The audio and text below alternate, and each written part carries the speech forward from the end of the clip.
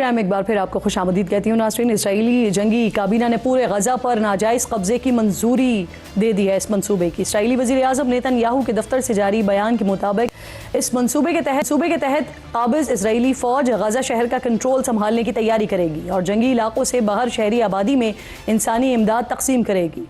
गजा पर कब्जे के इस नापाक मंसूबे के लिए इजरायली सिक्योरिटी काबीना ने 5 उसूल भी तय किए हैं, जिसमें हमास को गैर मुसल्लह करना, तमाम कैदियों की वापसी, इसराइली कंट्रोल में रखते हुए गजा को गैर फौजी इलाका बनाना, मुतबादल सिविल इंतज़ामिया का क़याम जो न हमास हो और न ही फ़लस्तीनी अथॉरिटी, बल्कि गजा का कंट्रोल इन अरब क़ुव्वतों को दिया जाएगा जो हमास के ख़िलाफ़ होंगी और इसराइल के साथ टकराव नहीं करेंगी।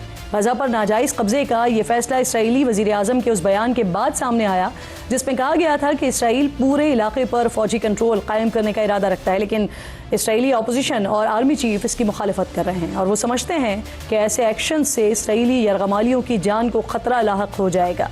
इसराइली सरकारी नशरियाती इदारे के मुताबिक इसराइली आर्मी चीफ ने कहा कि मंसूबे को अमली शक्ल देने के लिए न सिर्फ भारी फौजी क़ुव्वत बल्कि ऐसे बुनियादी ढांचे की ज़रूरत है जो इस वक्त हमारे पास मौजूद नहीं है। उनके बकौल 2 लाख रिजर्व फौजियों में से बेशतर पहले ही तवील मुद्दत तक जंग में खिदमात अंजाम दे चुके हैं। गजा के आम शहरियों के लिए अस्पताल कायम करने और बड़ी मकदार में इंसानी इमदाद पहुँचाने की ज़रूरत होगी जो फ़ौज फ़िलहाल फराहम करने की सलाहियत नहीं रखती। जबकि इसी पेशरफ्त के दौरान अमरीकी सदर डोनाल्ड ट्रंप ने भी मशरिक़ वस्ता के ममालिक पर जोर दिया है कि वो इब्राहिम मुआहदे में शामिल हो जाएं ताकि ख़ित्ते में पायदार अमन को यकीनी बनाया जा सके। पाकिस्तान और सऊदी अरब ने इसराइल के गजा शहर पर कब्ज़े के मंसूबे की सख्त मजम्मत की है। हमास ने इसराइली मंसूबे को नया जंगी जुर्म करार दिया है, जबकि दूसरी तरफ इसराइल के अहम इत्तेहादी जर्मनी ने गैर मामूली कदम उठाते हुए गजा में इस्तेमाल होने वाले हथियारों की बरामद को रोक दिया है। प्रोग्राम में आगे बढ़ते हुए नाज़रीन अब ज़रा बात कर लेते हैं। मारूकी जरीदे ब्लूमबर्ग ने इंकशाफ किया है कि भारतीय वज़ीर आज़म नरेंद्र मोदी ने फील्ड मार्शल आसिम मुनीर से मुमकिना मुलाकात के खदशे के पेश नज़र अमरीकी सदर की दावत को कबूल करने से इनकार कर दिया है। ब्लूमबर्ग की इसी रिपोर्ट के मुताबिक अमरीकी सदर और नरेंद्र मोदी के दरमियान 17 जून को 35 मिनट की एक तवील गुफ्तगू हुई। सदर ट्रंप मोदी से मुलाकात के बगैर G7 समिट से वापस गए थे। सदर ट्रंप ने मोदी को अमेरिका आने की दावत दी जो मोदी ने मुस्तरद कर दी। नरेंद्र मोदी को खदशा था कि ट्रंप मोदी और फील्ड मार्शल आसिम मुनीर की मुलाकात करवाएंगे। रिपोर्ट के मुताबिक इस फ़ोन कॉल के बाद वाइट हाउस के लहजे में वाज़ेह तब्दीली महसूस हुई और यही दोनों मुल्कों के दरमियान जो तलखी का आगाज़ था। मोदी और ट्रंप की इस कॉल के बाद कोई फिर बातचीत नहीं हुई। नाज़रीन, इसी तनाव भरे पस मंज़र के बाद भारत और अमेरिका के ताल्लुकात में सर्द महरी आने लगी है और इसका बड़ा क्लियर वक्त पर नज़र आ रहा है कि जब अमरीकी सदर ने भारतीय मईशत को मुर्दा करार दिया और फिर हमने ये भी देखा कि 25 से 50% तक टैरिफ भी आयद कर दिया गया। इस खबर को ऐसे भी देखा जा सकता है कि मैदान में भारत को शिकस्त देने के बाद आर्मी चीफ ने मोदी के सियासी और भारत के माशी मैदान को भी तहबाला करके रख दिया है। वक्त ख़त्म हो गया। प्रोग्राम नाज़रीन से मुलाकात होगी कल। अपना और अपने मुल्क का ख़ास ख्याल रखिए। फ़लस्तीन को, कश्मीर को अपनी दुआओं में याद रखिए। अल्लाह ने के पास।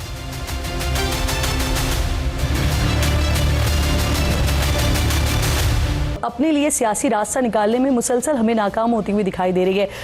कोई शक नहीं है नाज़रीन इस बात में कि पॉपुलर बयानियाँ बनाने की माहिर है पाकिस्तान तहरीक इंसाफ। मौजूदा वक्त के इनकलाबी होने का सेहरा भी इन्हीं के सर है, लेकिन सियासतदान की कामयाबी ये होती है कि वो मौजूदा हालात में रहते हुए अपने लिए रास्ता निकाले और अपने मकसद को भी हासिल कर ले। इंतखाबात में सबसे ज़्यादा नशिस्तें हासिल करके भी हुकूमत नहीं बना सके, मखसूस नशिस्तें भी नहीं ले सके, खैबर पख्तूनख्वा को मिसाली सूबा भी नहीं बना सके और 9 मई पर 2 साल बाद भी मामलात नहीं सुलझा सके, बल्कि अब 9 मई केसेस में तहरीक इंसाफ के सैकड़ों वर्कर्स को सजाएं दी जा चुकी हैं। 9 अरकान असम्बली भी नाअहल हो चुके हैं। आज अपोजिशन लीडर कौमी असम्बली और सेनेट की नशिस्तें भी खाली करार दी जा चुकी हैं। कौमी असम्बली में अपोजिशन लीडर के लिए जो सबसे मुनासिब उम्मीदवार हैं वो असद कैसर समझे जा रहे थे, लेकिन अब ज़राए बता रहे हैं कि उनकी जानिब से भी माजरत कर ली गई है और इस माजरत की वजह तहरीक इंसाफ में ताकत और कुर्सी के लिए जो खींचातानी जारी है वो लगती है। तहरीक तहफ़्फ़ुज़ आइन के सरबराह महमूद खान अचकज़ई का नाम भी अपोजिशन लीडर के लिए लिया जा रहा है। PTI के आमिर डोगर भी तगड़े उम्मीदवार होंगे। सेनेट में नाज़रीन अपोजिशन लीडर के लिए बैरिस्टर अली जफर का नाम भी सामने आ रहा है। इससे पहले आपको याद होगा कि इमरान खान इन्हें बैरिस्टर गौहर की जगह चेयरमैन तहरीक इंसाफ बनाना चाहते थे, लेकिन उन्होंने ये ओहदा लेने से माजरत कर ली थी।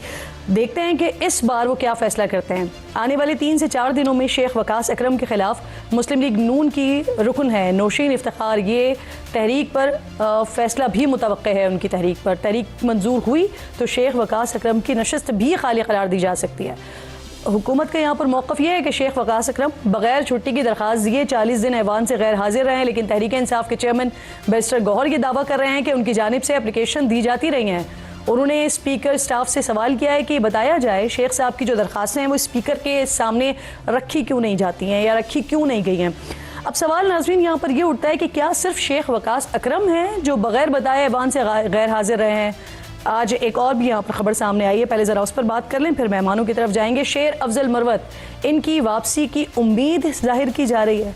पीटीआई अरकान ने जो शोकॉज दिए गए हैं और बागी जो दीगर रहनुमा है पाकिस्तान तहरीक इंसाफ के, उनके खिलाफ एक्शन न लेने पर बड़ी तनकीद किया है कि क्या शेर अफजल मरवत की वापसी का ख्याल जो पीटीआई को एहतजाजी तहरीक में नाकामी हुई है इसके बाद आया है, और इस पर अलीमा खान साहिबा, सलमान अकरम राजा साहब, इनका रद्द अमल क्या होगा? क्या वो इमरान खान को अपना फैसला बदलने देंगे? क्योंकि शेर अफजल मरवत अलीमा खान कह रहे हैं और अलीमा खान साहिबा उनको बेशरम कह रही हैं। इनके बयानात सुन लीजिए फिर मेहमानों की तरफ जाते हैं। पीटीआई में पश्तून की आदत है, ये अब तख्ते मश्क बनी हुई। जो लोग सामने हैं ये तो ऐसी कोई एहतजाजी तहरीक चला नहीं सकते हैं। इन तमाम मामलों पर बात करने के लिए प्रोग्राम में मेरे इंतहाई मोअज़्ज़ज़ मेहमानों में पाकिस्तान तहरीक इंसाफ के मौक़िफ़ के लिए एडिशनल सेक्रेटरी जनरल हैं पीटीआई के फिरदौस शमीम नकवी साहब ज्वाइन कर रहे हैं। आपकी बेहद शुक्रगुजार हूँ। इसके साथ साथ मुस्लिम लीग नून से इंतहाई मोहतरम सेनेटर अफनानुल्लाह साहब मुझे ज्वाइन कर रहे हैं प्रोग्राम में, आपकी भी बेहद शुक्रगुजार हूँ। एक और मेरे इंतहाई मोहतरम मेहमान शमसाम बुखारी साहब सेक्रेटरी इत्तलात हैं इस्तेहकाम पाकिस्तान पार्टी के, आपको भी प्रोग्राम में खुशामदीद कहती हूँ। फिरदौस साहब आपसे ज़रा बात का आगाज़ करते हैं। सर, सड़कों पर तो हम देख रहे थे मुश्किलात थी आपके लिए कई अरसे से, पिछले 1.5-2 साल से आप इन मुश्किलात का शिकार हैं, लेकिन अब असेंबलीज़ के अंदर भी आपके लिए मुश्किलात जो हैं वो बढ़ गई हैं। अपोजिशन लीडर्स चाहे वो आप कौमी असेंबली में देख लें चाहे सेनेट में देख लें, यहाँ पर ओहदे बाज़ाब्ता तौर पर खाली करार दिए जा चुके हैं। फिर उसके बाद आ जाते हैं पार्लिमानी लीडर, डेप्यूटी पार्लिमानी लीडर, ये भी नहीं रहे। क्या सोच रहे हैं, क्या हिकमत अमली है आपकी? और जो सबसे अहम सवाल है यहाँ पर वो ये है कि उमर अयूब हो गए, शिबली फराज हो गए, जरताज गुल साहिबा हो गई, इनकी जगह लेगा कौन सर? बिस्मिल्लाहिर्रहमानिर्रहीम। मेरे ख्याल से आज के मौजू जो हैं और जो आपका इंट्रोडक्शन है वो ये साबित करती है कि पीटीआई नहायत कामयाब है। इससे कि आज पूरे मुल्क के अंदर कोई और मौजू था नहीं, ख्वाजा आसिफ के रेजिग्नेशन की बातें चल रही हैं। आपके फील्ड मार्शल साहब अमेरिका गए हुए, उन्होंने तरदीद कर दी सर। यूक्रेन में भी बहुत कुछ हो रहा है। अरे जो भी है, मैं तो खबर तो है ना, आज मौजू में नहीं आ रही, आज के तमाम मौजू पीटीआई के। पहले किरण मैं आपसे एक गुजारिश करता हूँ, आप पीटीआई के गोल्स एंड मेजरमेंट क्राइटेरिया को समझें। हम अपनी सक्सेस किस में नापते हैं? अपनी पॉपुलैरिटी में।